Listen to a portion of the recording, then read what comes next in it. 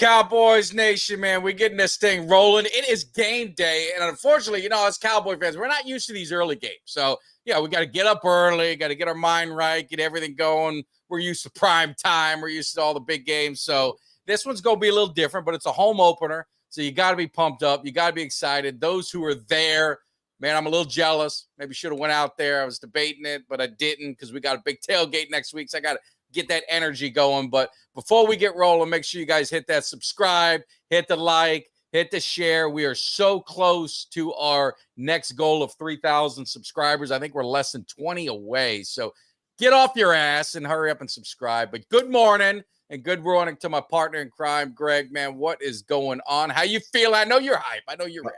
I'm feeling real good. I can't wait for the game, baby. I think we go 2-0 today. Put something on those Saints, man, and I'm looking for Carr to give us something to eat on. Yeah, absolutely. Good morning, Jimmy. Good morning, Cuts. Get that ironing done. Make sure everything's tight and done, ready before game day. What up, Cuts? And Rick, what's up? Everyone else in the chat, man, we do appreciate it. It's morning, man. So it's for the early risers, the ones that, get ready for this game and got to get your mind right. You need proper time. You see, I wear the same jersey. I don't change anything, especially if the Cowboys are on a winning streak. So I got to keep the mojo the same. I don't know if you follow the same pattern. Do you have any superstitions, Greg? What do you do when the team's winning? Is there certain things you don't change, or are you not into all that stuff? No, nothing. I don't go through any rituals. I'll switch up jerseys depending on which player I kind of feel. I guess that would be a ritual. I'll switch jerseys for each game depending on which player I feel should be the one to make the biggest impact, or I want to see to make the biggest impact that day. Yeah, so, I get like I got my Gogan, so I wear this if they win. When we win today at the tailgate, gonna be wearing Gogan, and I wear it until they lose. And when they lose, the shirt goes away and I have a rotation. Okay. And then you don't get if we get back into that rotation, then that means things ain't looking good for our Cowboys. So I got my rotation, and that's game day. I mean, I wear other jerseys, I'll wear the other ones around. But when it comes Sunday and I'm at the game or I'm chilling in the Cowboys cave, I got to keep everything the same because otherwise I just don't feel right. I don't feel right. I feel like, man, I maybe it's my fault we lost and get all that craziness. So, and what's up, Doug? Hey, Doug, I was telling Greg the story. So did you do your trip for this game or you didn't? I was just curious. You don't have to tell me in the chat unless you want to, but I was curious. I was telling him the ritual. I almost did it. What Doug does is he flies in early game day for these early games, watches the game, and he's home that night. So I almost was going to do it, but I'm like, man, I got the tailgate, got some stuff going. In week one, we had a bunch of things going, so wasn't able to do it. So definitely got to try that, see if I can make that happen. So, Well, let's get into it. Let's get into these Saints. So, no, he didn't because he went to the Cleveland game. That's right. He's there. And we're going to talk about our Canes, Rick. We're going to talk about these Canes. I mean, Greg, that's something Greg and I could definitely talk about. We get Uncle Cheech in here. He's going to be talking about his lock of the week and he's been crazy with these upsets, but we're going to get into that. But let's get into the Saints. So looking at just kind of your overall gut feel, not predictions. We don't want to do predictions yet, but on a maybe a concern level, how you feeling with this team? What worries you? What would be like, man, if I start to see this happen with the Saints, either offense or defense, I'm going to be a little bit concerned. I mean, what's your 30,000 view of this game and the Saints? I'm not too worried. We aren't playing against Watson this time. However, Carr, like I said, is inconsistent. Carr can have a good game, and then Carr can have a game where it looks like he needs to go to another team. I was kind of concerned when I saw that score against the Panthers, but then I said, well, that's the Panthers. The Panthers haven't really grown in any much more since last year. So I think our defense will get at them. We got the home field advantage. We got the crowd control. I really think that we're going to win this game. I don't think it'll be a blowout, but I think that we're gonna take this game. By halftime, we'll have control over it. And Carr started taking a lot of risks, looking for some PIs, and next thing you know, we'll get some interceptions. I just hope everybody stays healthy. We don't have any major injuries or anything like that. And Dak, got his money. Dak's happy, playing the first game at home. He's going to be fired up, kiss his baby before the game, kiss his wife, and then he's going to go in there and just light him up. That's what I'm expecting. Yeah, no, I agree. And hey, just big shout out to my man Tuck. I've been easy on him. He's a Florida State fan. You'll meet him. You'll meet him this next weekend at the tailgate, Greg. But I shouldn't be showing too much mercy because I mean his Knowles, they kind of took us to the woodshed the last few years. Now it's time for payback. Now it's going to be time for payback, and I'm going to enjoy that. But I've been easy on him because them Knowles, man, they're going through some what Dusty Rhodes used to talk about hard times. I mean, these Knowles going through some hard times. So my cousin in Mariana, Dexter Henderson, he's a diehard Knowles fan. We talk all year long and during the week and during the game. And Dexter this weekend, we always text, and I said, man, your Knowles lost. He said, yeah, we're done. See you next year. But I will. I mean, I would give Tuck, man. If you're listening, I would give you a pass. I would give you a pass on the Cowboys bandwagon because he's been one of those guys early on that was all about Cam Ward before he went to Miami. I mean, he thought maybe Florida State would get him. He's always been really high on Cam Ward. I remember texting him, said, man, Miami got Cam Ward because remember Cam Ward, there was talk he was just going to turn pro. Yeah. And he wasn't going back. And then when we got him, he was, I mean, I could sense it in the voice that he knew trouble was coming with the Miami, that we were ready to make that turn because quarterback was always our problem. So Tuck, I would give you a 1-year pass on the Canes bandwagon because we're going to get this thing rolling, and definitely excited. And I know a lot of people have asked, where's the tailgate going to be? Those of you guys, I can tell you it's in lot 10. Exactly where it's going to be, we don't know. Now, we typically like to be on the side of the street that is on Walmart. So if you're looking at the Walmart, you look across the street, that's kind of the side that's where we did last year. It's where we want to be. But typically the way the tailgates work in AT&T, it's very difficult. It's not easy. It's a long night, early morning. So we don't know where it's going to be, but we will be posting it. And shit, you're going to hear the noise, man. You're going to hear the hype. So don't worry about it. You'll find it. And then if you can't hear us, just get that nose working because Cuts is going to be on the pit. And you just follow the scent, man. You follow the scent of the great food, and you're going to run right into us. But definitely looking forward to that tailgate party, man. It's really, for me, it's the official kickoff. We're kicking off today. Don't make no mistake about it, AT&T. But it's going to be a lot of fun. There's going to be the royalty of Cowboy Nation is going to be there, but more importantly, all the great fans. It's just a great time, and I'm so happy, Greg, you're going to make the trip. I mean, you got the crew with you, so you're going to be rolling deep. We're going to be having a lot of fun, man. I'm definitely looking forward to it. What's up, Steve? Yes, Steve's in there. We got Jimmy Dee is up early in the morning. We got Mark. Man, Daniel, appreciate the donation, and definitely looking forward to seeing you out there again. And for all you guys too, is you can donate, and I say you can donate and get something in return. Is Cuts has got this beautiful bottle opener, Cowboys Cave Cuts, exclusive to the tailgate. So for $40, you get the bottle opener, and you're donating to the cave. So to the tailgate party. So that's a great thing. All the money that we get, it goes into the food, it goes into the booze, it goes into the water. So you guys hydrate, it goes into all that kind of good stuff. And everything goes back into the channel, and it gets going next year. So definitely, if you can donate, you can bring a few bucks, and you don't have to donate. I say it, man. If you just want to come and hang out and have some drinks and food, no one's going to be turned away. So it's going to be a great time. And then, like I said, we are so close to the 3,000 subscriber. I think we're under 18. So we got an awesome giveaway that we will be doing. So just all those public service announcements to get things rolling. But back to business, back to the game. The Saints can be a little tricky. So I'm not going to say a trap game. I'm not buying into that this early in the game. I'm not thinking that's going to happen this soon, but we got to be ready, right? You got to be ready. You got to be focused. You can't sleepwalk through the first half. The Saints got young receivers. Kamara he got some juice. Derek Carr is not flashy, but he's efficient, right? And I remember I was at the game with the Raiders on I think it was Thanksgiving, if my memory's right. And all he did was throw it up looking for PI, and it was on Anthony Brown, I remember.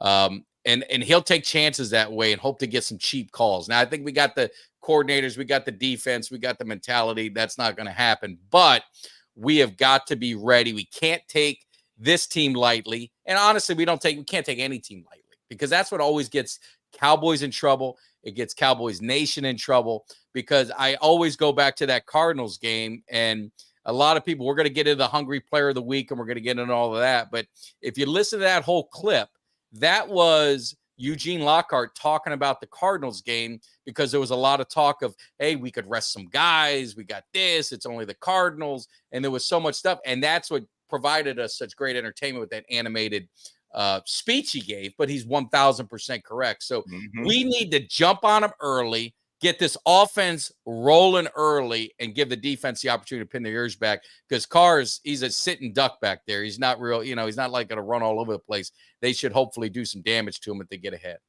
Yeah, I think what Carr's going to do at first is going to try to take what we give him. It's going to be short. They're going to try to run the ball first, obviously, to try to see if they can establish the run game. And then if they don't have a whole lot of success, he's going to start throwing the ball out to flanks, to the tight end, or either have somebody come in the jet sweep. They're going to take what we give them at first to get a methodical drive to get down the field.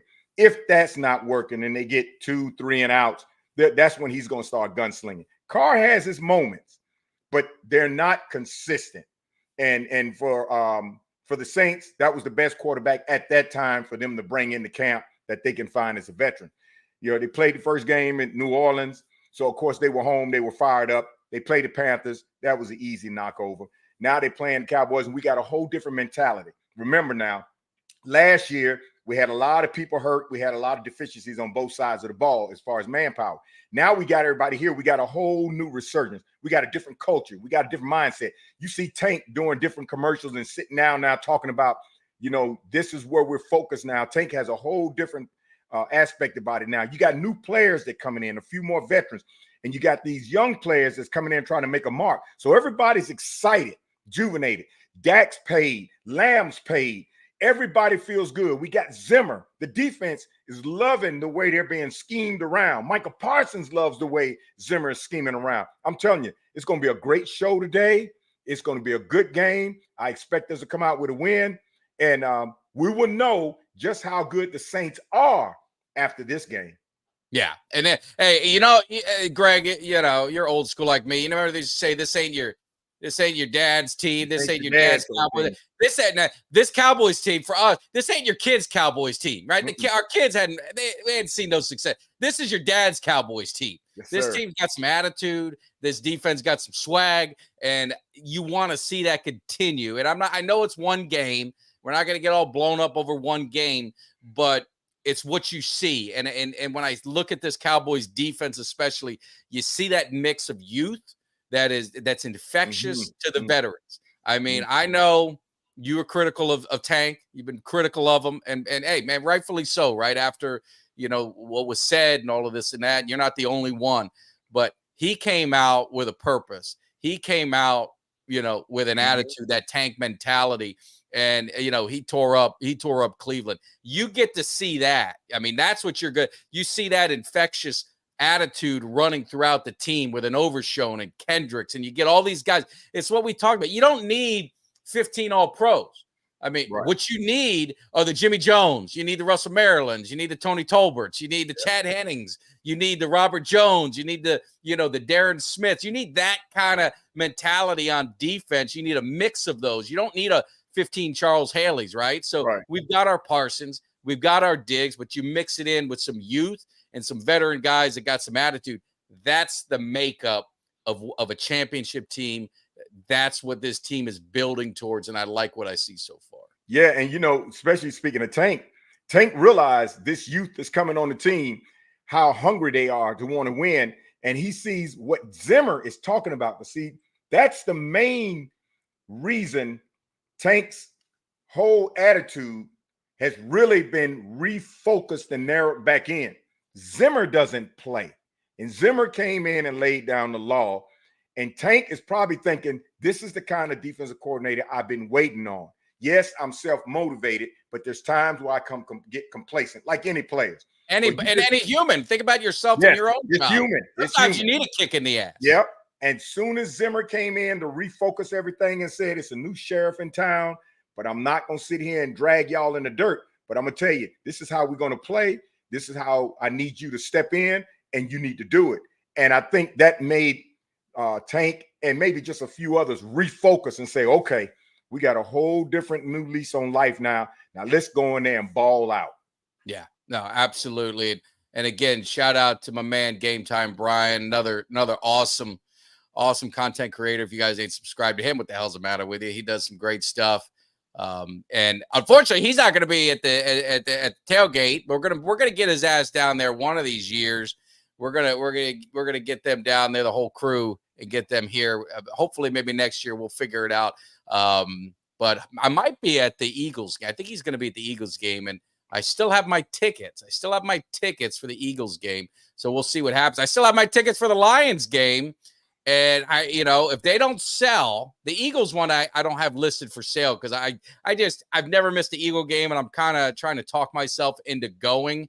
But it's sandwiched in between like some games other games I'm going to. So that, I got to get the pass from mama to let me try and finagle my way. But the Lions game I have for sale. And I'm like, all right, I'm going to give it another week or two. If they don't sell, I'm just going down there. I'm just going to go down to the game, and I'll fly down that morning and have a good time. But, and hey, I may be reaching out to someone, a partner in crime, to say, hey, I come hang with Tag in the seats and have a good time. So, all you guys watching, you better be ready because you might get that phone call. You might get that phone call that the Learjet is on its way to get you, and you better be packed and ready to go because we're going to the game. So we'll see what happens with that one. But I haven't seen I still got my Eagles one, so maybe I'll hopefully get to run into Brian and the crew and Phil and I think Mark might be going, so that'd be a lot of fun to see everybody. So it's going to be good. But I agree, the attitude's there. And Brian, said a point about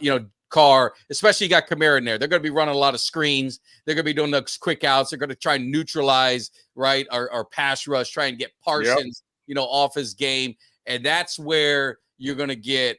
That's where we got these linebackers, and we got some fast ass linebackers. You saw what Overshown did.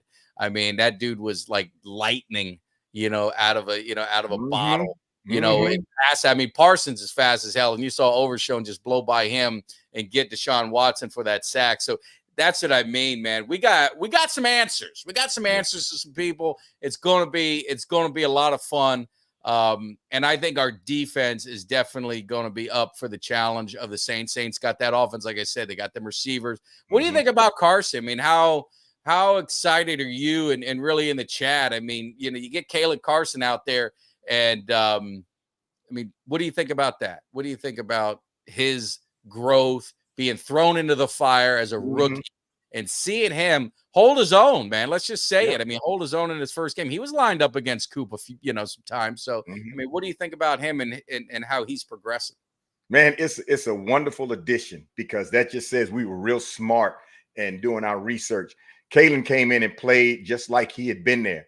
And not only that, with Bland being out, he kind of just took that next step in there and almost, you don't forget about Bland. But then you weren't really thinking, oh man, if Bland was in there, he would have done this. No, because Kalen Carson was holding it down the entire game. So that was a great addition. And you always have to remember, we still got Bland who's going to be coming back. And we still got Sam Williams who going to be coming back. I think Sam Williams is done for the year, don't you think? Yeah, for the year, yeah. But we still have him. And then Ferguson said he thought it was major, but it's not. It's just a bone bruise. He'll play. But I think he needs to be smart about how he gets hit so he doesn't make it any worse, so he can survive this game and then heal a little bit more and go further. But I love what Kalen Carson is doing. And being back there with Diggs and having our safeties back there, they're playing together. And our defensive line is not giving the quarterback all day to throw that ball. Man, I really love what we have right now. Just stay healthy and keep playing with that energy because we have an energy now that's different. And that's going to be my word this year. We're different. Yeah. I can't really put my finger on it. It's all about youth mixed with veterans and the mentality and the culture and the attitude. But we're different this year. It just feels different. Even though we were winning last year and it looked like that was going to be our season, this year really feels different in a positive aspect. So what I need to see from this defense, and really, it's always a question, is the D-back in Dallas. And then some people say, well, we've always had a good defense. And we have a good defense when things are going well, right? When the offense is rolling.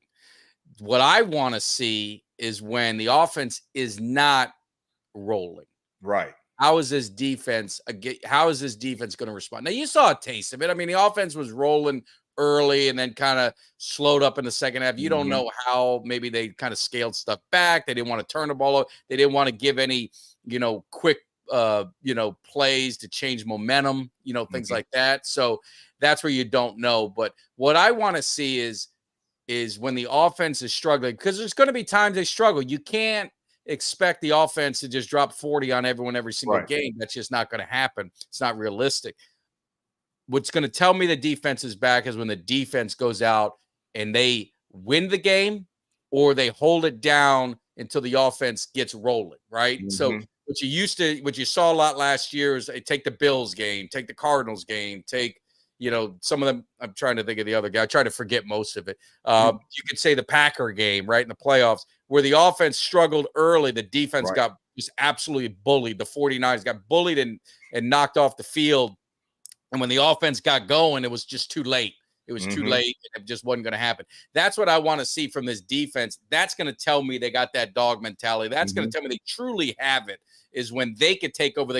When the offense is struggling, they say, hey, move aside. We'll hold the fort down. We're going to get this thing rolling. You guys just get the shit together, but we're going to make it happen, and we're going to keep us in this game like the Chiefs defense did, right? Yeah. The Chiefs defense in the Super Bowl, they kind of kept it going. So that's going to tell me this defense is truly back, and I think they've got the mentality. I think they've got the talent. It's just you got to see it, right? So, is it going to be the Baltimore game? Could it be this game? Is it? It's something's going to happen at some point during the season, which is going to let you know, okay, we got it, or we still got a little bit of work to do. So we'll see what happens. So with the exception of that Miami game, because it was close, it came down to a field goal at the end. But with the exception of the Miami game, the Buffalo game, obviously the Green Bay game. And what was the other one? I don't know if that was the Cardinals game. The Cardinals game was we just got run over. Yeah, early. But the Buffalo game and the Green Bay game, it showed our offense either was stymied or they got punched in the mouth real quick and they got scared. But our defense didn't stop a damn thing. If you could walk through our line and annihilate us, and that's what killed us in those two games. But this year, the defense that we have now and the holes that we filled. That's the strategic part. Dallas in the last 5 years has done some great work in drafting. Now, maybe one or two players hadn't stepped up yet, and then when I say one or two, one right now, I won't call his name, but they're going to work on him to get him there. But Dallas has done a great job of drafting our needs, and not getting just a shiny penny. And this year, our needs on defense are going to be the difference. Because our offense is ready. We haven't seen Flournoy yet. We know Dalvin Cook is on the practice squad, which I thought he was on the 53. I didn't know he was in the practice squad, but I guess they put him there. They're still waiting. They got him on there so he can start. I get in the playbook and stuff like that. But it's going to be a lot different this year. And I just like what I see out there on that defense. I feel a little bit more comfortable. I don't expect anybody to get lackadaisical or complacent. Because long as Zimmer is that sitting there as that quiet assassin, I don't see anybody slacking off, because they, if anything, they're going to be thinking about my job. And because these young kids coming in, they want my job. So let me come in here and let these guys know I'm holding it down right here while you bring that new fresh energy. So it's going to be great. Absolutely. And, the question I had is, too, just thoughts is, hey, is this a game the offense explodes, right? They were efficient in the first game. But there's questions I saw in the chat. My man Steven, is there a wide receiver 3 going to step up? The other thing I saw is, this is when I talk about mentality, this is kind of this is kind of what I'm talking about. And Tyler Guyton, you know, he graded him. He said he had a poor performance in week 1. He's motivated to be better. And that's what I'm saying. Not satisfied, because anybody, you know, who watches the game knows for a left tackle making his first start, he did pretty damn good. Now, he had a couple welcome to the NFL moments. You're obviously going against one of the best pass rushers in the NFL, but he had some times where, hey, he held his own. Yeah. And more often than not, he held his own. So, but that's what I love to hear. That's what I love to see, is not don't be satisfied, right? Always want to be better. You know, don't read the press clippings. The hardest thing for a Cowboy player is the attention, the press clippings, the media talking about you, you know, drinking the Kool-Aid. We're allowed to drink the Kool-Aid. We're the fans. I don't want the players drinking the Kool-Aid.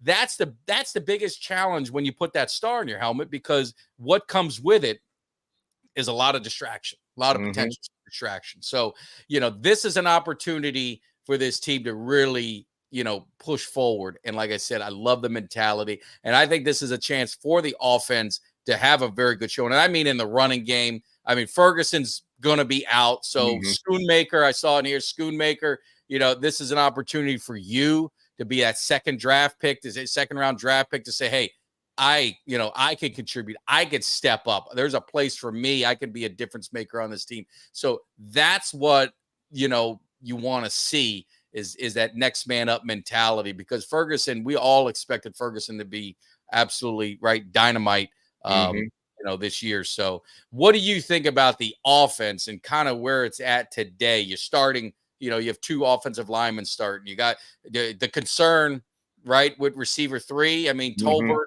I mean, I don't know. We didn't really see a whole lot. Maybe it wasn't the opportunity, but I mean, what's your thoughts, Greg, overall on the offense? Well, to start with the offense, let's talk about Tyler Guyton. One thing I like about Tyler Guyton isn't one of those players that when he was in college, all the fame and the glory was coming at him, so it got to his head. And he just came in as a superstar and expecting everybody to respect him being a superstar, and then he can just do whatever. Tyler Guyton is a humble giant who is so happy to be in the NFL, let alone with the Dallas Cowboys. Tyler Guyton is the kind of guy that's going to be around Dallas for a long time. Humble. He wants to do his job great. He wants to be better every time.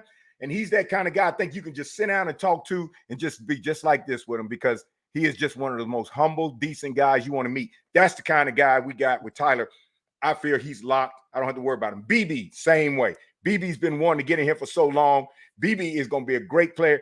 Those two, you didn't even hear any deficiencies during that game against Cleveland, coming up against a defense like Cleveland, about, BB's he's learning a lesson and Guyton's learning a lesson. No, they played I don't very think BB well. gave up a pressure. I don't think BB gave up a pressure. They played very well. And then Tolbert, like I said before in one of our podcasts, I don't think it's Tolbert that's the issue.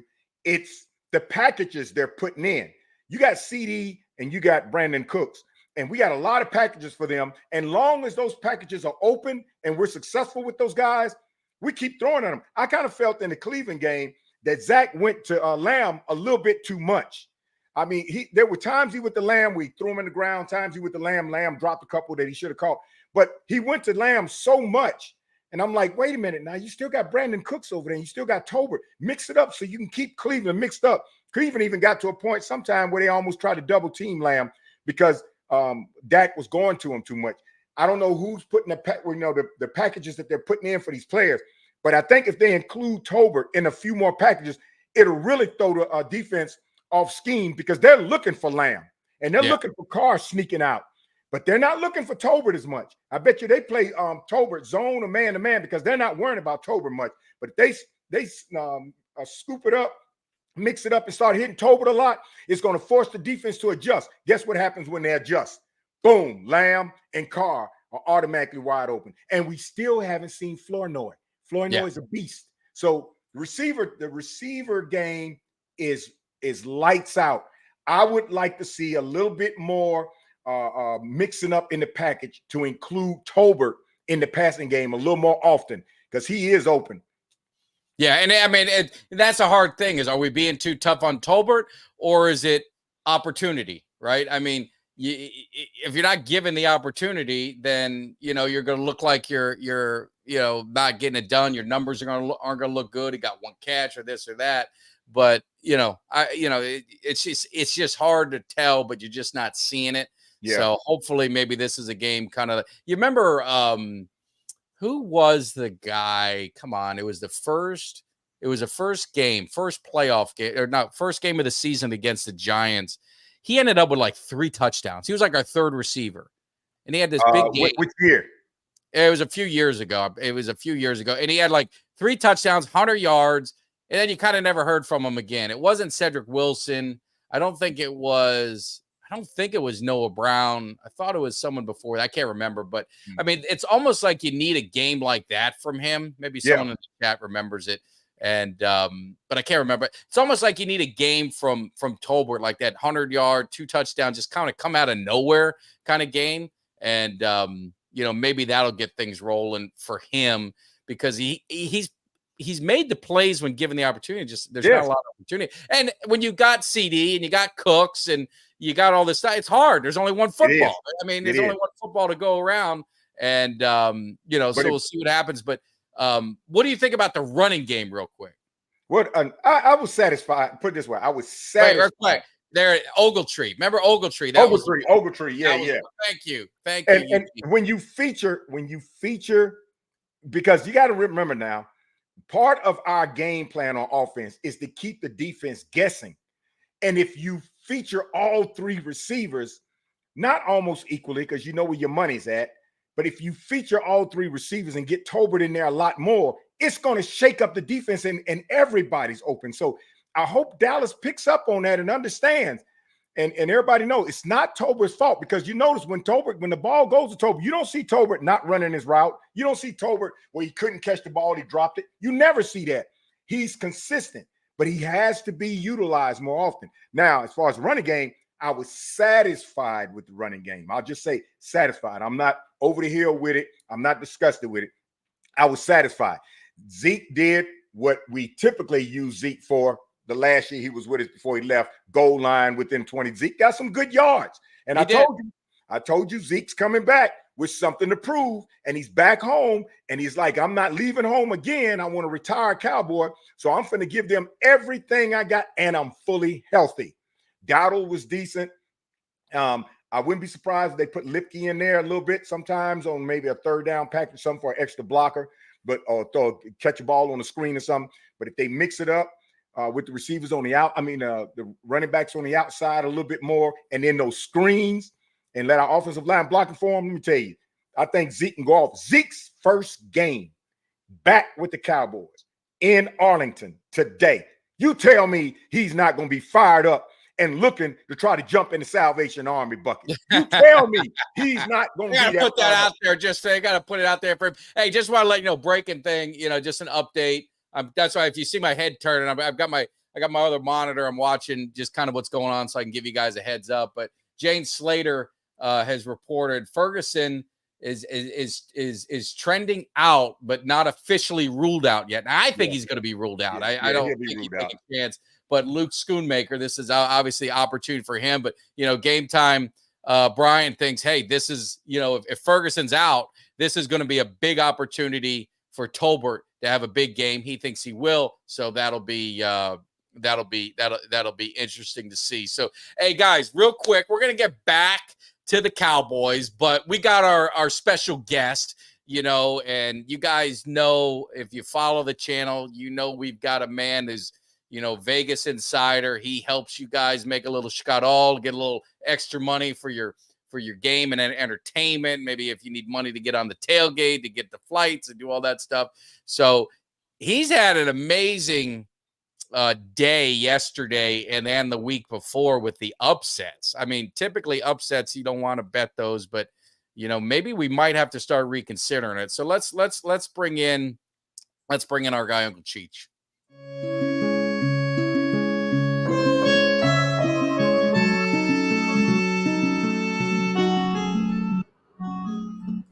Uncle Cheech, what is happening? How are you doing today? You must be feeling pretty damn good with these Canes whooping a little ass, and then also, You've been on a streak. I don't know who's better, you or Carmenucci.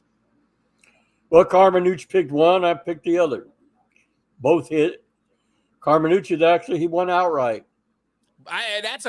He picked Memphis getting 5.5, and they not only covered, they said, "Hey, shit, we'll just win this game," and then beat Florida State in tally. And Doak, unbelievable. And then you with an awesome, an awesome pick, and that was an unbelievable game at LSU. That was just a great game. Yeah, they could have had him, but they didn't beat the spread, so that's all that counts. So they let him off the hook. Now, Greg, what are you thinking about them Canes? I mean, we got 3 Canes here right now. We got Uncle Cheech is a heavy donor and season ticket holder. So what are you thinking, Greg? You feeling good with these Canes too?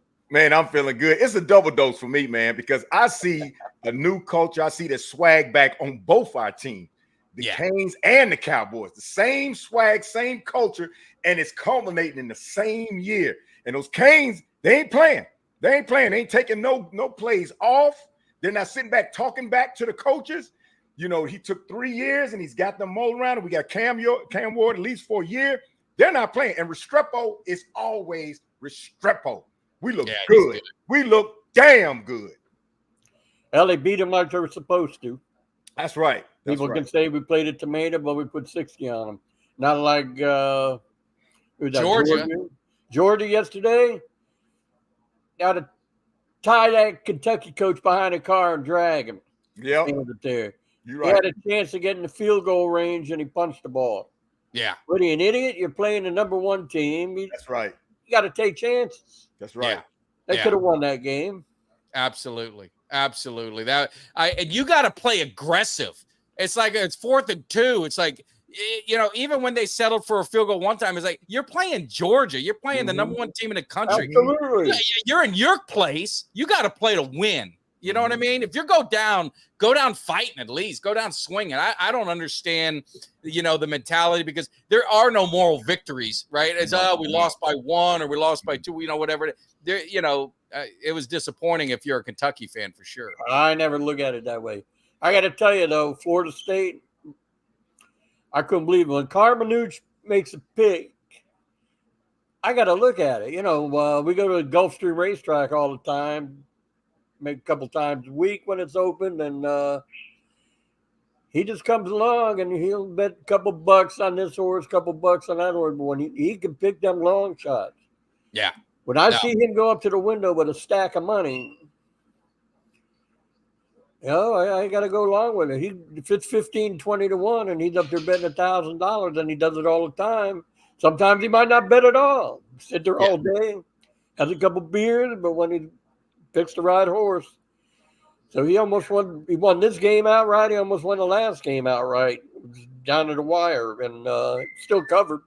Yeah. No. I told you, well, we're all meeting down at the Hard Rock, got the presidential suite and everything, and the game's meaningless now. I know. We're going for the Florida State. So people who didn't follow, we're going to the Florida State Miami game. I was invited. Uncle Cheech is going to be down there. We got a lot of Carmenucci is going to be there. A lot of heavy hitters going to be there. And, the tickets were outrageous. So we're like, you know what? Instead of us all getting a hotel room and getting tickets, Carmenucci says, hey, I'll get the presidential suite up at the Hard Rock. It's 3,000 square feet. It's a beautiful place. We'll all hang out. We'll bring some food and drink. We got a Canes crew up there to watch the game. You can see the stadium in the backlight. So that's what we're doing. But it might be a 12 o'clock game. How are we even going to get in the room? I mean, we're going to have to figure out how to get in the room. You can't check in till 3. So these Florida State Seminoles better step it up, Greg. Can you talk to somebody here in the Panhandle? Can you straighten somebody out? I'm really surprised. I got to fall apart that bad that fast. Yeah. I was talking to my one of my family members, Jim Joyner. He used to play with the Miami Hurricanes back in the 80s when Jim Kelly was a quarterback and he was number 13, the wide receiver. And we was talking about, he said, man, these Canes look real good this year, Greg. They look real special. And I'm just, man, when he said that, and, he's being a Cane, former Cane player, he said, yeah, they look real special because every year when we talk, it's like, yeah, I don't know, they need to do this. He smells it in the air too, man. This is going to be a very interesting season, and it's going to feel good. Yeah. just can't have a crystal ball. He's got to stay. I can't have a crystal ball moment like in Georgia Tech and like one game a year where he kind of sometimes it happens. I just need to make sure he's on there. But this team seems focused. They seem ready. Want to get your opinion, Uncle Cheech, on Texas? They lose Ewers. They lose their quarterback. Arch Manning comes in, and I know they didn't play big school. But didn't look like they missed a beat. No, they didn't. Just like I told you last week with San Francisco. I said, you said, well, McCaffrey's out. I said, well, a good team, the backup comes in. That's when you know you got a good team. When he rushed for 150 yards. Mason. Never knew he was gone. And what does that do for the running back? Let me ask Greg. I mean, the running back market and these guys getting paid. When you get, McCaffrey's, I don't think there's any question the best running back in the NFL. He's the highest paid or this and that. But when the backup comes in, now granted it's one game. Let's see what happens. He's got to do it for 4 more games now. But when the backup comes in and just absolutely plays as well or better than the starter there, does that devalue these running backs even more? No. See, McCaffrey's got a good long-term contract. I don't see them trading McCaffrey anytime soon. And that Mason came in because Mason is so desperate to make a team, and Mason came out there and gave it everything he got. Now, they're going to be looking to see how consistent Mason is in doing that. If he's really consistent, that's a plus for the 49ers because now they can plug and play him with McCaffrey based on McCaffrey's injuries. Last 2 seasons, McCaffrey's gotten hurt, but he hasn't been out a long time. But now this way, they got McCaffrey and Mason, so they're almost like not skipping a beat. They got a fresh guy, truly healthy. McCaffrey coming in gives him time to rest up and heal his injuries. So they'll keep them both for a little while. And then if McCaffrey gets fully healthy and they don't have to worry about it as much, they can use Mason based on how good he is, use Mason for trade bait to get a lot of money for to get a real good player. But I don't think the 49ers will do that this year. They'll keep Mason, long as he's consistently running the way he is, they'll keep Mason for the rest of the season because he's the perfect ticket to come in right behind McCaffrey where they almost didn't miss a beat because he ran over some people. And if it wasn't for him, if it wasn't for his style of play and his yardage, I don't know that they win that game outright. It might have been a little closer game because Mason, all he had to do was run the ball. They didn't have to worry about Ayuk and all of them too much. So that that to me, it's like young legs. Like that's why I was so mad about the Cowboys not drafting a young running back because I think running back's a young man's game. You get a guy in there with some young legs, and it can be really explosive. And that's the one thing that kind of got me with Dallas. But anyway, Cheech, obviously hit the upset yesterday. Carmanuch hit the upset. Did you have another college game yesterday? No, just the 2 upsets. Just the 2. So what do we got today? Now, anyone who doesn't know, and we got a lot of new people that watch us on Sunday. We're hitting close to 400 watching now. So there are some that don't know Uncle Cheech. You are the Vegas Insider. You are the man, the myth, the legend from South Florida. Like I said, heavy influencer of the Canes, donor. It's got all the, Canes Club, all that kind of good stuff, season ticket holder. When Butch first came on, there was an airplane sign that said went from champs to chumps. I'm not going to say Uncle Cheech is the one who kind of paid the money for that, but he did issue an apology a year later, being wrong about it, man of his word, man of honor. But, he takes nothing with these Canes. He takes a lot of pride in them. That's why I didn't say no. I told you don't say nothing about what the hell down there now, the coach down there. Cristobal, yeah. Cristobal. I learned my lesson. Yes. Yeah. So I'm not going to bitch till the guy got to the 3 years. Let's talk about the Dolphins, though. Well, let me finish your intro and give you a proper due. Monday, Uncle Cheech is on here. He picks his games. He has his lock of the week, and we're doing a contest where the cave is fronted $100 kind of seed money. We're going to go through the year, and if you're watching the show on Monday, there will be an opportunity if you just hit lock, and then you're in a drawing, and we pick it right then and there. And if he wins, then you're in the running for the grand total prize at the end of the season. Right now, Uncle Cheech won the first one, lost the second one. So this is very important to win this third one. My man Doug is riding with you today, man. He needs that lock to win. It could be, it's going to be a 50-50 split. So it could be $1,500, $1,600 that we're going to be splitting with somebody. So go ahead, Uncle Cheech. What do we got on the docket today? And then talk about the lock. Okay, we got LA Chargers -5.5 at Carolina. Chargers all the way. Carolina look pathetic. Even though they're traveling across country, I usually won't bet on a team that has to travel across country, but they can come from China. They're going to win this game. I got the Raiders at Baltimore. I don't think Baltimore like losing by a toe. No. Baltimore 9.5. They're given 9.5. I think they run it up, win this game pretty easily. My lock is Cincinnati. One sec, let's talk about the Ravens because we play the Ravens next week. And I don't know Greg's thought on this. Again, I'm a very superstitious person. The last thing I want to see is an 0-2 Ravens team coming to AT&T. So I need the Ravens to make sure they don't slip up and mess up. Do you ever get like that, Greg? Do you get these weird feelings like you don't like playing a team that's coming off a loss, coming to your crib? You know, any of that? Or you don't have any superstitions, it seems. No, it's not more of a superstition as it is. I know when a team like that's supposed to be a good team and they lose like that and they come to us, I know that they're going to be extremely hungry. And they're going to be on the highest platform of primetime television playing us. So I know they're going to bring their A game. And sometimes when you're 0-2 and you feel like you got nothing to lose, you play more loose. You play and have more fun, and that helps you. Yeah. No. So I don't think they're going to lose to the Raiders. Raiders aren't any good. I'm just saying they better not. But Uncle Cheech doesn't think they're going to anyway. So let's get that lock. Let's get that lock. Here we go with this lock of the week. Let's go, Uncle Cheech. Cincinnati and Kansas City, -6. Kansas City. Well, just update Sunday. It's 5.5. It did drop 5.5. I'm going by what I had. Yeah, I know. That cost me last week. I know the half a point cost last week. Yeah. I waited. Shouldn't have. I don't think they can beat him at home. I know he's got a winning record against Mahomes, but they always start slow. They looked terrible last week against an average team. I know they're on the road, but they didn't do anything. So I think Kansas City with Mahomes, they cover. They cover. And that's the thing. I give Uncle Cheech credit. I mean, credit or crazy, but man, you picked the heavy games. You could have went with the lock of the week, the Panthers one or something like that, but you picked the biggest game of the weekend, Cincinnati, Kansas City. I mean, Greg, what do you think about that game? Do you think Kansas City covers that one? You think they win that one outright easy? Oh yeah. And I don't think Cincinnati makes the playoffs this year.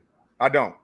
They got a whole bunch of stuff going on. And Burrow, I think he's got an injury that's not really being talked about. They didn't sign their receiver yet, and he felt like he'd be betrayed. They're not playing up to the standards they need to. I don't see them making the playoffs. I don't see Kansas City having a hard time with them today. It's going to be fun for Kansas City. And let me ask you guys something while you got Uncle Cheech. You can address it. So I'm a huge Joe Burrow fan. I liked him in college. I love the moxie. I like the swag. But I mean, is he living off, that one miracle season and then a little bit of LSU? Because he hasn't been very good. And the backup last year came in, and actually the offense played, pretty well. And I'm saying this, and I'll probably get a lot of heat for it. I know Dak gets a lot of criticism and a lot of this and that, but it just goes down to, Joe Burrow. Everyone always puts Joe Burrow as the second best quarterback in the NFL. Do you really believe he's the second best quarterback in the NFL today? Not living off past, but if you looked at him last year, you look at him this year. I mean, are you saying he's the second best quarterback, Greg? No, not right now. Now, and I don't think he's washed up by any means. He's hurt. I'm telling you. And that hand is hurt. You saw how he was playing on the sideline. They were making a big issue about it last weekend, talking about how he picks up a can to drink some. He's hurt. Burrow's only problem is once Burrow got that first big injury, he came back. He was fresh. He's ready to go. Then he got another injury. It's the injuries that are hampering him right now. And this would be 3 seasons of injuries. Now, his game hasn't changed. If he's fully healthy, he's going to be something to contend with. But it's these nagging injuries which is preventing him from being on top of his game. So he got rightfully hyped, and he's worth the money, but he's just got to stay healthy. Yeah. But I mean, availability is the most important thing, right? Right. What do you think, Uncle Cheech? I agree. Okay. He's when he's healthy, he's dangerous, but he's not one of the best quarterbacks. today. Right. Today. Yeah. You'll see that in a couple hours. Yeah. Yep. Well, we're gonna find out. So, hey, I know Doug, he's in the chat. He's saying, Uncle Cheech, I need you. He's pulling for the Chiefs. He wants to definitely get into the running. So, again, I would encourage all you guys, come hang with us, Jimmy D and I, on Monday nights. We'd lead you in to Monday Night Football. You don't have to waste your time watching those stupid other programs that all they do is bash our Cowboys or bash this and that. We talk all football, all sports. So you don't have to be a Cowboys fan to chill with us on Monday. Jimmy's a damn Falcon fan, for God's sakes. Now, let me ask you this. You're going to do your pick, but on Monday for the Falcon-Eagle game, do you have any early thoughts? The Eagles are going to be at home. The Falcons come off a bad loss. I mean, I got if I'm going to pick that game. Well, you got to pick it because it's Monday night. They're not a betting one. Monday night game. We need your insights. I won't give you a pick now. No, you got to let it marinate a little longer. I don't know what you call it. I'm kind of disappointed the way Landon's playing. Yeah. A little bit. So I mean, I know it's early in the season. I figured they'll make the playoffs. I said that at the beginning. A long way to go, but we'll see. I'll let you know Monday. Yeah, I'll tell you who ain't gonna make the playoffs. It's gonna be the Miami Dolphins. Oh, I'm gonna give you a gift. They got to travel all the way to Seattle next week. I don't like betting on teams that travel across country, but they got no quarterback. Right. Buffalo's defense. My hat goes off to the coordinator. He shut them down. He did. I was surprised. They didn't do anything, even when Tua was in there. Yeah. He had. The two receivers were non-existent. Yeah. It was I was surprised. I think Clay didn't bet on that game. Miami typically does well at home against Buffalo, and it's a short week. I mean, everything was lined up for him, and obviously the injury to Tua is you hate to see that. You don't like to see it. Yeah. I don't know if he needs to call it a day. I'd never tell someone that, what to do, or I'm not a doctor by any stretch, but it didn't look like a very hard hit to me, and he got knocked out, which, you think about fighters, and a big boxing fan, Uncle Cheech, I know you're a big boxing fan. Greg, I'm not sure if you're big. I like Hagler and Leonard and all them days. That was I love those. That boxing era was the greatest to me. But when you ever saw a fighter get knocked out, you always wanted to see how he was the second fight. And if the second time he fought, he got knocked out and it really wasn't much of a punch, that he's never going to be the same. And it's just, I get that feeling with Tua now, and you just wonder health-wise, is it worth continuing on? Because that was not a very physical hit that knocked him out. And he was knocked out. Well, you got plenty of money. I mean, your health, you don't want to end up vegetable. Not that you don't have plenty of money. Right. Yeah. What'd you say, Greg? Some people don't know when to quit.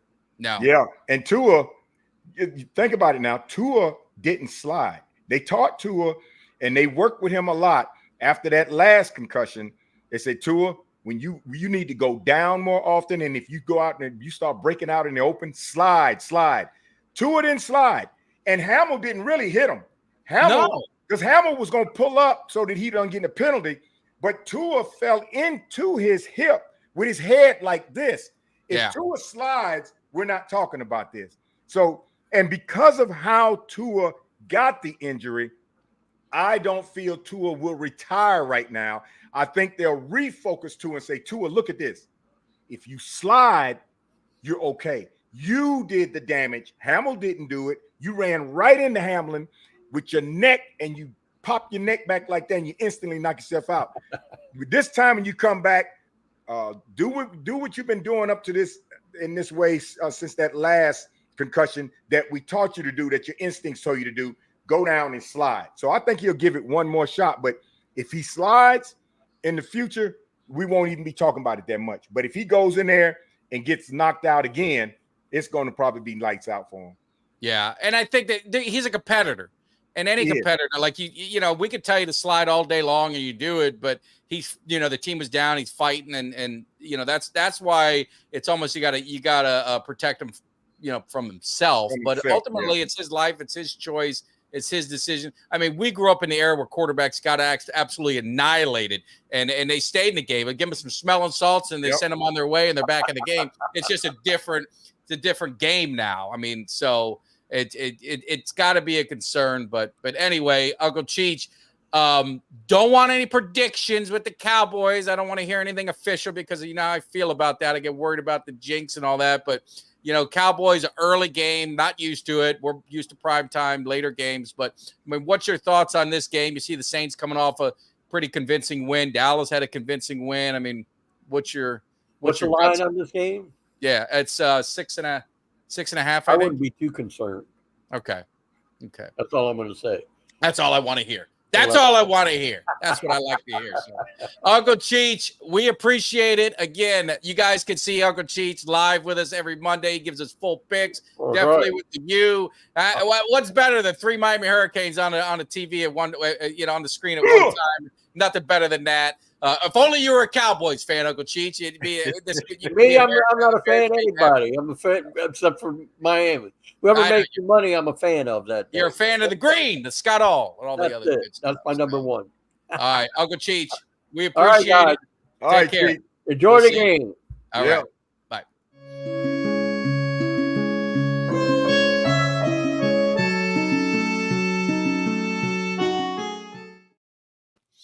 Very good, very good. So yeah, always good to have Uncle Cheech back in. Let's get this. Hey, I'm getting better at this stuff. I'm getting this stuff right. So let's get Uncle Cheech going. Now we're getting to a point. We're not to predictions yet, but we've got another segment, and we got to get this thing rolling. And it's very important. It's in the honor of one of our favorites, one of the friends of the show, and he kind of went on this tangent. He started it, so we want to keep it going.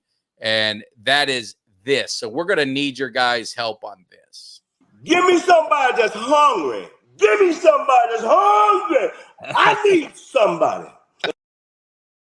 So we got the hit machine, Eugene Lockhart's hungry players to watch. Now let's set it up. Last week, we put the poll out, and Overshone won in a convincing fashion as a hungry player of the week.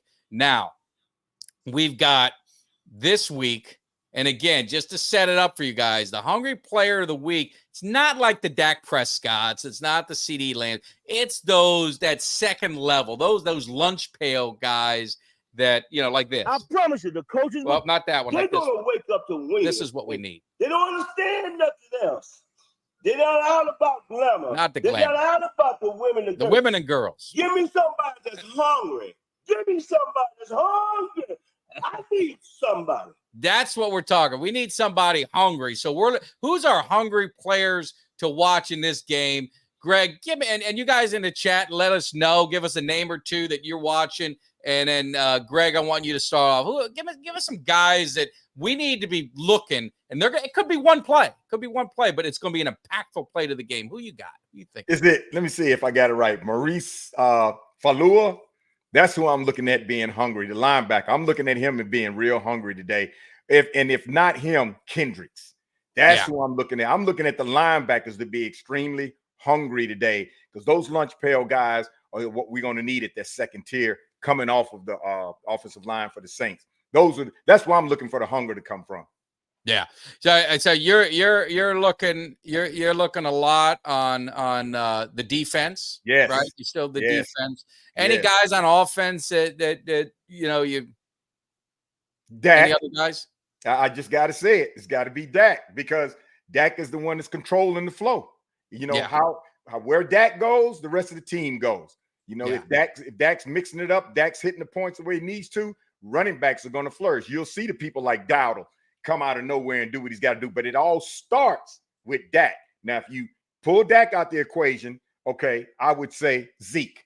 I would say Zeke on offense and BB and Tyler Guyton really coming in their own because they at home. This is their first game playing in Arlington. Yeah, and I mean, there's something about AT&T, and BB's played there. He was in the Big 12 or Big whatever championship game there last year. I went to that game. He was there with Deuce, so he's been there. And I'm pretty sure Guyton's played there before because don't they do the Red River Shootout? Do they do that there, or they still do that at the Cotton Bowl? Is that Texas Tech? That's the one Oklahoma and Texas play. Oklahoma And I Tech. think I they don't do know it if that's in at AT&T. AT&T. Yeah, I think maybe I'm wrong. I know Texas it used to be in the plays Cotton there. Bowl, but maybe it is, maybe it isn't. But Yeah. my guys, I mean, I like the Zeke one. I think that would definitely be one. Schoonmaker is a guy for me. Schoonmaker would be one. I think Tolbert is a guy with, Ferguson out. You're looking for someone to step up. So it could be Schoonmaker or Tolbert, could be one of those. And then, they still do it at the State Fair. Okay, I thought maybe they went to AT&T, but man, I like the tradition. I guess stick it over there. And then the other on defense, Carson. I think Carr's going to go at him. Mm-hmm. I think this could be a game where Carson, this could be. He had a couple picks. He could have had a couple, but I think this is the game he gets his first pick. Mark the tape so I can replay this if I'm right. I think he gets his first pick. So I think it's Carson. And I think, Overshown again is just, he may get to a point where you can't consider him, that second level. You're going to consider him up top. But right now, I think what he can do sideline to sideline. And I'll butcher his name too. So the linebacker with the hair from Notre Dame, I think he's another guy. So that's a cool thing. We've got some guys that should be in the running for Hungry Player of the Week. So we're going to figure it out. We'll put the nominees up, and Carr will throw at least one pick. Well, hopefully it'll go to Carson. But Carr's usually pretty conservative and pretty kind of, he doesn't take a lot of chances and stuff like that. So, but the pressure makes you do bad things. So hopefully the pressure will make him do it. Deuce and Turpin. Yeah, that's a good one. Turpin, obviously, the return, but Deuce, he only got one carry. They never really got the running game going consistently. I talked about it on Wednesday. The numbers of the running game look better because of CD. Now you can't discount what he did, right? It was important, but I always say when they know you're running the ball and you still run the ball and they can't stop it, like in the fourth quarter where you're trying to make that 6 to 7 minute drive, that's when I know our running game is where it needs to be. So I think Deuce, Turpin, you saw a beautiful punt return from him. It's going to be a lot of fun. Yeah, Cole's definitely game day. Hopefully you're going to be out there at the tailgate too. I expect you to be there. I expect us to see a lot of royalty from the world of Cowboy Nation hanging with us. So hopefully Cole's, you're out there too. And for the almost 500 of you guys hanging out in the cave, do not forget we got our tailgate party. It's next week. It's at AT&T. Kelly K9, Cuds, Greg, Jimmy D, the whole Cowboys Cave crew is going to be there along with everyone else. Our man Mark, Shady. There's going to be a ton of people on there. So make sure you guys do not miss the opportunity to hang with Cowboys Nation. Get hyped up, man, because we're going to get this thing rolling. It's going to be a lot of fun. So that's the Hungry Player. Now we're going to bring in another special guest because we need him to do his part this weekend, right? Greg, we're doing our part. We're doing our part of this thing. We're getting everything right. But this man needs to do his part, and his team does. We're going to hold him responsible. But we got Jimmy D in the house. He's repping the Falcons, coming off a disappointing game. Now you're going up to Philly on Monday night, prime time. Kirk Cousins has not been a primetime quarterback, so the odds are stacked against you. This is like, Clubber Lang and Rocky all over again. What do we got with these Falcons? And give us, this is one of the key matchups I know for Greg and I in our Cowboys world. This is one of the games we're going to be looking at, man. What is going on with these Falcons? Can they put it together? Oh, good morning, Greg. Good morning, Mike. Good morning, Cowboys Cave. Good morning, Cowboys Nation. So, great show so far this morning, and I appreciate it. So, look, again, I said it last Monday night. None of our starters took a preseason snap. None of them. Kirk Cousins came in over the week and said, you know what? I don't care about that. I'm taking it on me. I'm taking the loss. I'll take the heat. So you know what? That's what a leader does. That's what a man steps up and does. I think we're going to go in. I think we're going to take care of our business. Look for, it's going to be a little more conservative offense than anything, but get Bijan in the mix, right? I think you're going to see, obviously, Pitts. You're going to see London. Ray McLeod is going to be our dog on offense, our guy who's stepping it up, who's going to be hungry tomorrow. So look out for Ray McLeod. And on defense, obviously we got Justin Simmons, but look for Richie Grant, because we're going to feast on Hurts. He's been throwing interceptions. We're going to take care of our business tomorrow. And like I said, one hand washes the other. Saints looked great last week, right? But I think you guys are going to take care of the Aints and take care of your business today for us. We're going to handle it now. Greg, Greg and I just read Chuck's comment. He said no teams play preseason, so he doesn't want to hear excuses from you. No, he needs results. Chuck, no. First of all, they do play preseason, bro. Come on. I mean, yeah, Mahomes playing preseason. They do play preseason. Not a few all. snaps. Yeah, a few snaps. A few drives. Ours played 0 goose egg. That's what we did. So, like you said, we're going to go up. We're going to be Clubber Lang and take care of our business in Philly tomorrow. Now, Bobby's talking. Yeah, Bobby's telling you, easy, Jimmy. The Falcons are going to get dropped off Monday night. He doesn't think you guys got a prayer to win. No, that's fine. You know what? I'm saying what I feel. Sorry, Greg. Greg. No, let me say, the Falcons. Here's what I saw last week with the Falcons in Pittsburgh. The Falcons defense played a damn good game, or Pittsburgh is trash because Pittsburgh can't decide on what quarterback they want. Fields didn't light it up. They received. I mean, nobody was coordinated on Pittsburgh. They just got lucky, got field goals. But if you look at it just straight from a positive aspect, the Falcons defense was on point. Y'all had a chance to win that game by a field goal. If Cousins doesn't drop back on his back leg with 2 hands in his face and just throw the ball up with 2 defensive backs on a receiver, if he eats it or throws it out of bounds, you guys win that game. Now, I didn't expect Pittsburgh to win for many reasons because of Pittsburgh. But what Atlanta's going to have to do against Philly, Cousins is going to have to be sharp. Take what they give you, Kurt, and give it to your primary players. Give it to Bijan. Hit those receivers. Don't go back there just throwing the ball because you're afraid of taking a sack, throw it out of bounds. If they do that tonight, Kurt can go in there because it's going to be all on Kurt. It's going to be all on Kurt. Right. Kurt can go in there and beat Philadelphia. And if that defense is the defense that I saw against Pittsburgh, they'll slow down Saquon. They won't completely stop him, but they'll slow him down much more than he was last week.